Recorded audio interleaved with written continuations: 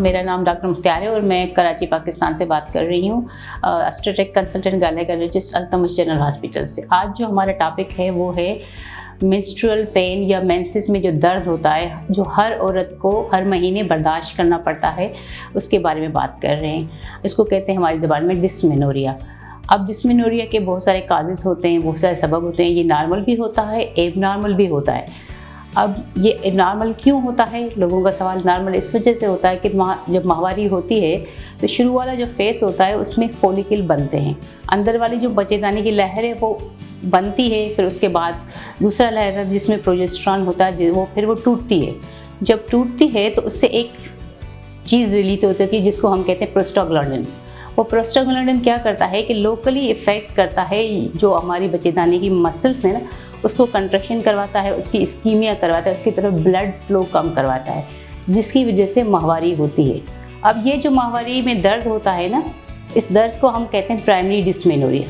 इसके फीचर्स ये हैं कि ये जो है ना, जैसे कि माहवारी शुरू हुई उसके 2 या 3 दिन में खुद ब खुद ख़त्म हो जाता है। माहवारी के साथ होता है और पेट के बीच वाले हिस्से में होता है। इसमें कोई एबनॉर्मलिटी नहीं होती, ये नॉर्मल प्रोसेस है। अब ये उस पर डिपेंडेंट है कि हर औरत का अलग से उसको परसेप्शन है, कितना उसको बर्दाश्त है, उसकी कैसे सिम्टम्स हैं, उसकी क्या चीज़ें हैं। जैसे कोई और वजह हो तो फिर माहवारी का दर्द भी अगर आ जाए तो वो उसको एग्रावेटेड होता है। इसके साथ वोमिटिंग भी हो सकती है, डायरिया भी हो सकता है, उसको जो डिस्कम्फर्ट होता है, एब्डोमिनल पेन होता है, डिप्रेशन होता है, थ्रोबिंग होती है जो है हेड में। तो ये सब चीज़ें 2 दिनों के लिए हम उसको प्राइमरी डिस्मेनोरिया या नॉर्मल की तरफ जो फिजियोलॉजिकल प्रोसेस है ड्यू टू प्रोस्टाग्लैंडिन उसकी वजह से होता है।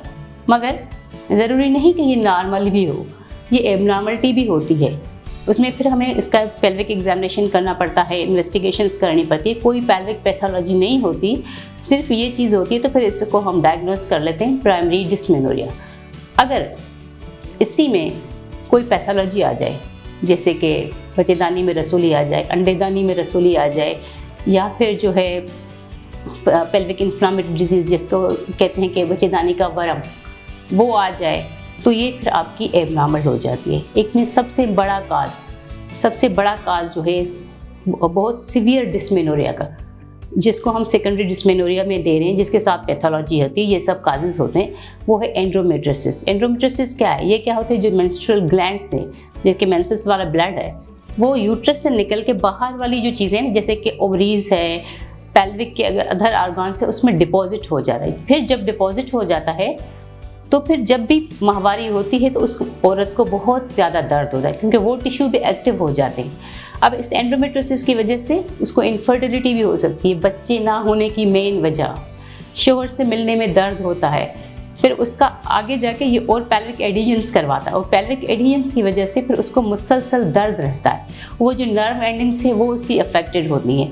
तो primary dysmenorrhea is normal, physiological. अगर कोई पेल्विक पैथोलॉजी नहीं है, कोई मसला नहीं है, माहवारी के पहले 2 या 3 दिनों में ये दर्द होता है, और यंग गर्ल्स में होता है। जैसे कि कोई लड़कियां 12-13 साल में जवान होती हैं तो पहले 2-3 साल में उनको दर्द नहीं होता, फिर उसके बाद दर्द होता है, तो वो ओवुलेटरी साइकिल से नॉर्मल है, प्रोस्टाग्लैंडिन की वजह से हो रहा है।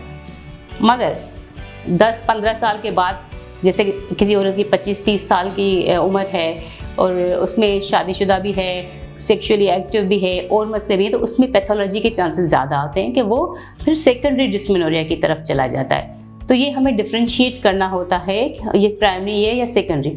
अगर कोई पेल्विक पैथोलॉजी नहीं है, एग्जामिनेशन नॉर्मल है, इन्वेस्टिगेशंस नॉर्मल है, तो दर्द नॉर्मल है, उसको ज़्यादा से ज़्यादा हम क्या कर सकते हैं कि उसको पेन किलर्स देते हैं, non steroid anti inflammatory drugs देते हैं, या फिर रिलैक्सेशन टेक्निक्स देते हैं कि जैसे कि एब्डोमिनल मसाज कर लो, और जो है लोकल हीट एप्लीकेशन देते हैं।